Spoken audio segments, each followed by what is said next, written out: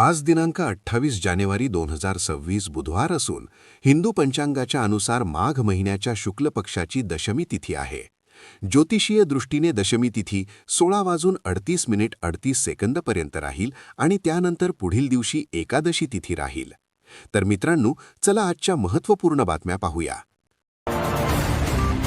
CM Fadnavis यांच्या अध्यक्षतेखालील बैठकीत छत्रपती शिवाजी महाराज आंतरराष्ट्रीय विमानतळ ते नवी मुंबई आंतरराष्ट्रीय विमानतळ दरम्यान मेट्रो मार्गिका 8च्या 35 किलोमीटरच्या जोडणीस मान्यता देण्यात आली. तसेच 66 किलोमीटर लांबीचा नाशिक शहर परिक्रमा मार्ग करण्यास आणि गडचिरोली जिल्ह्यात खनिज वाहतुकीसाठी नवेगाव मोर ते सुरजागड या 4 पदरी सिमेंट कॉन्क्रीट महामार्गाच्या सुधारित आखणीस मान्यता देण्यात आली. लाडक्या बहिणींना सध्या महिन्याला 1500 रुपये मिळतात, परंतु महिलांना 2100 रुपये कधी मिळणार याकडे लक्ष लागले आहे. त्यातच आता एकनाथ शिंदे यांनी याबाबत मोठी घोषणा केली. 1500 रुपयांचे 2100 रुपये योग्य वेळी करणार हा शब्द लाडक्या बहिणींना दिलेला आहे, तो आम्ही पाळणार आहोत. मी जे बोलतो ते करून दाखवतो, असे ते म्हणाले. मित्रांनो, चॅनल सबस्क्राईब आणि फॉलो करून घ्या रोज बातम्या पाहण्यासाठी. मराठा आरक्षण उपसमितीची बैठक पार पडली.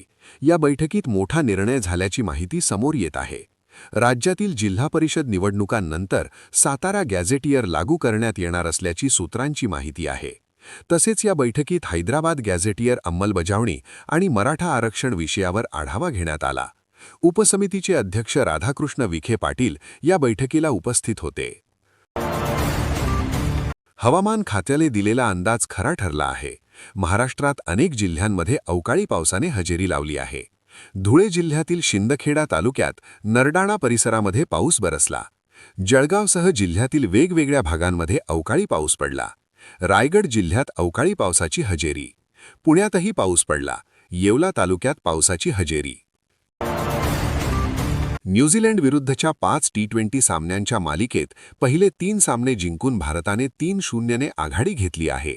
त्यानंतर आता टीम इंडियाला मोठा झटका बसला आहे. पहिल्या 3 सामन्यांना मुकणारा तिलक वर्मा उर्वरित 2 सामन्यांना मुकणार असल्याची माहिती BCCIने दिली आहे. त्याच्या जागी श्रेयस अय्यरला कायम ठेवण्यात आले आहे. तिलकला बरे होण्यासाठी आणखी वेळ लागणार असल्याचे सांगण्यात येत आहे. भारताच्या 77व्या प्रजासत्ताक दिनाच्या कार्यक्रमात सोमवारी दिल्लीच्या कर्तव्यपथावर पहिल्यांदा सिख लाईट इन्फंट्री रेजिमेंटच्या 4 भैरव बटालियनने मार्च केला. याचे नेतृत्व मेजर अंजुम गोरका यांनी केले. ही बटालियन एक स्पेशलाइज्ड असॉल्ट इन्फंट्री युनिट आहे, जी पारंपरिक इन्फंट्री आणि स्पेशल फोर्सेस यांच्यातील अंतर मिटवण्यासाठी तयार करण्यात आली आहे. पुण्यश्लोक अहिल्यादेवी होळकर यांनी निर्माण केलेल्या ऐतिहासिक मणिकर्णिका घाटावर आणि अहिल्यादेवी होळकर यांच्या पुतळ्यावर भाजप सरकारने बुलडोझर चालवल्याच्या निषेधार्थ मूक धरणे आंदोलनाची हाक देण्यात आली.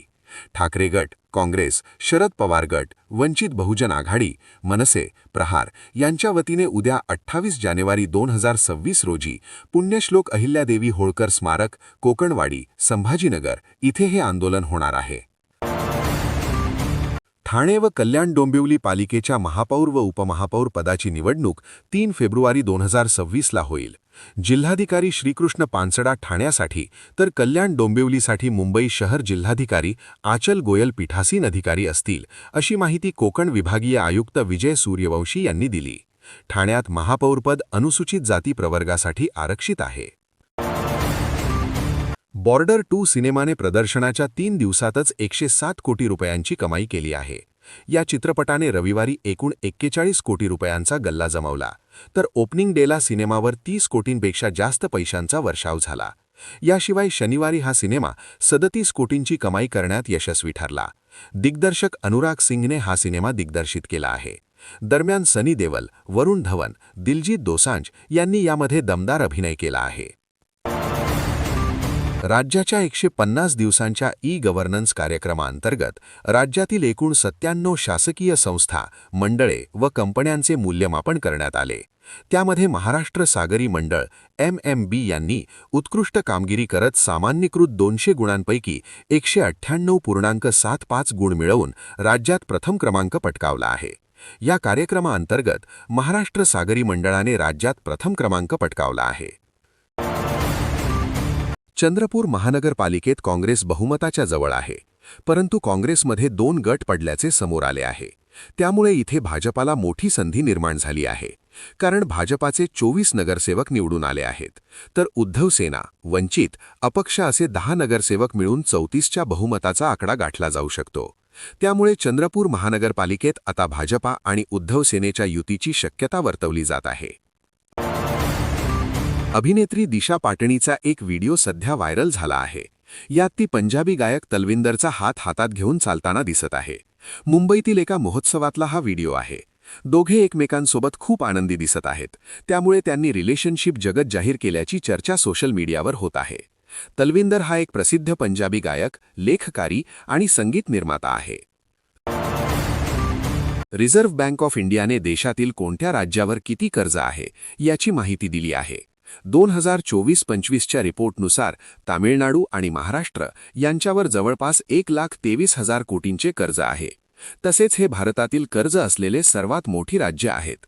यानंतर मध्य प्रदेश, कर्नाटक, झारखंड आणि उत्तराखंड यांच्यावर कर्ज आहे. तर उत्तर प्रदेश आणि बिहारवरील कर्ज अलीकडच्या काळात कमी होत आहे. जिल्हा परिषद आणि पंचायत समित्यांच्या निवडणुकीसाठी सीएम देवेंद्र फडणवीस मैदानात उतरणार असल्याची माहिती समोर येत आहे. फडणवीस 7 दिवसात 22 सभा घेणार असल्याचे समजते. 28 जानेवारी ते 3 फेब्रुवारीपर्यंत प्रत्येक जिल्हा परिषद असलेल्या जिल्ह्यात फडणवीस सभा घेणार आहेत. दरम्यान 5 फेब्रुवारीला मतदान आणि 7 फेब्रुवारीला निकाल जाहीर होणार आहे. बांगलादेशने खेळावे अशी आमचीही इच्छा होती. आम्ही त्यांना पूर्ण सुरक्षा दिली जाईल असे आश्वासन दिले होते. कोणतीही अडचण येणार नाही, परंतु त्यांनी इथे खेळायचे नाही असा निर्णय घेतला, अशी माहिती बीसीसीआयचे उपाध्यक्ष राजीव शुक्ला यांनी दिली. तसेच ते म्हणत होते की आम्ही संघ पाठवू शकत नाही, आम्ही फक्त कोलंबोमध्ये खेळू असेही शुक्ला यांनी म्हटले आहे. दरम्यान बांगलादेश T20 वर्ल्ड कपमधून बाहेर झाला आहे. भारतीय संघाचा फलंदाज KL राहुलने T20 भारतीय संघाचे कौतुक केले आहे. भारताने न्यूझीलंड विरुद्धच्या तिसऱ्या T20 सामन्यात 60 चेंडूंमध्ये 154 धावांचे टार्गेट पूर्ण केले. त्यानंतर राहुलने इन्स्टावर पोस्ट शेअर केली आहे. तसेच वा, ही टीम भीतीदायक आहे असे म्हटले आहे.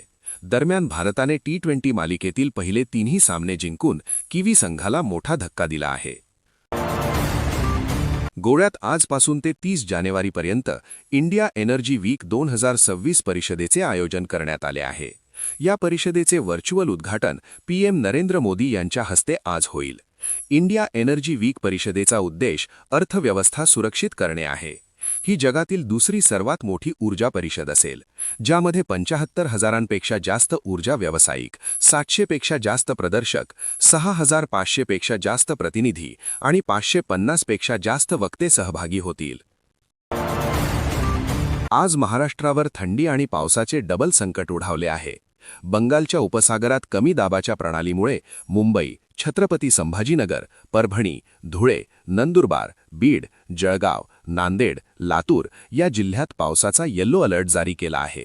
तर रायगड, रत्नागिरी, सिंधुदुर्ग, ठाणे परिसर, पुणे, सातारा, सांगली, कोल्हापूर आणि सोलापूर या जिल्ह्यात सकाळी कडाक्याची थंडी जाणवेल, पण दुपारी अंशतः ढगाळ वातावरण असेल. आज भारतासाठी महत्त्वाचा दिवस आहे, कारण आज मदर ऑफ ऑल डीलची घोषणा होऊन भारत युरोपियन युनियनमध्ये ऐतिहासिक मुक्त व्यापार करार होणार आहे. या करारामुळे भारत युरोपियन युनियनमध्ये आर्थिक सहकार्य वाढेल. 2007 मध्ये सुरू झालेल्या चर्चेला आता 18 वर्षांनंतर अंतिम स्वरूप देण्यात येईल. या ऐतिहासिक करारावर अंतिम स्वाक्षरी झाल्यावर कायदेशीर प्रक्रिया पूर्ण होईल.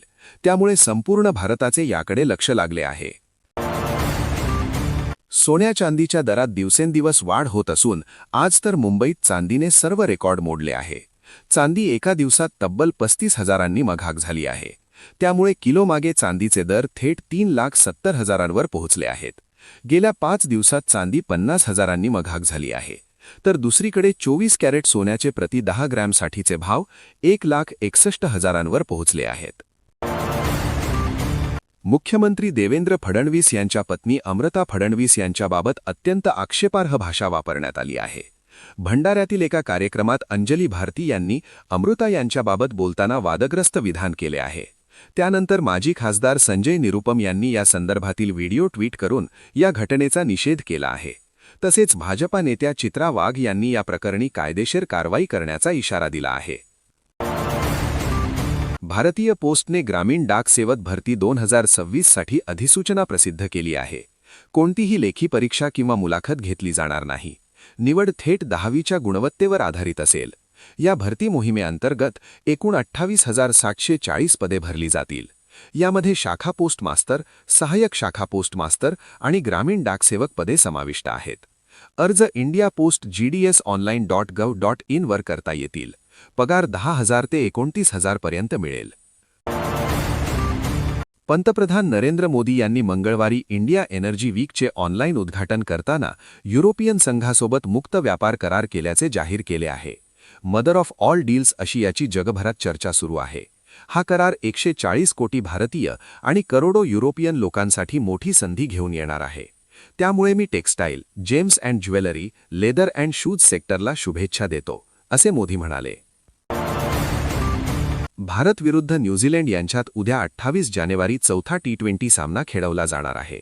त्याआधी न्यूझीलंडच्या टीममध्ये मोठा बदल करण्यात आला आहे. न्यूझीलंडने वेगवान गोलंदाज क्रिस्टियन क्लार्क आणि फलंदाज टिम रॉबिन्सन यांना त्यांच्या संघातून वगळले आहे.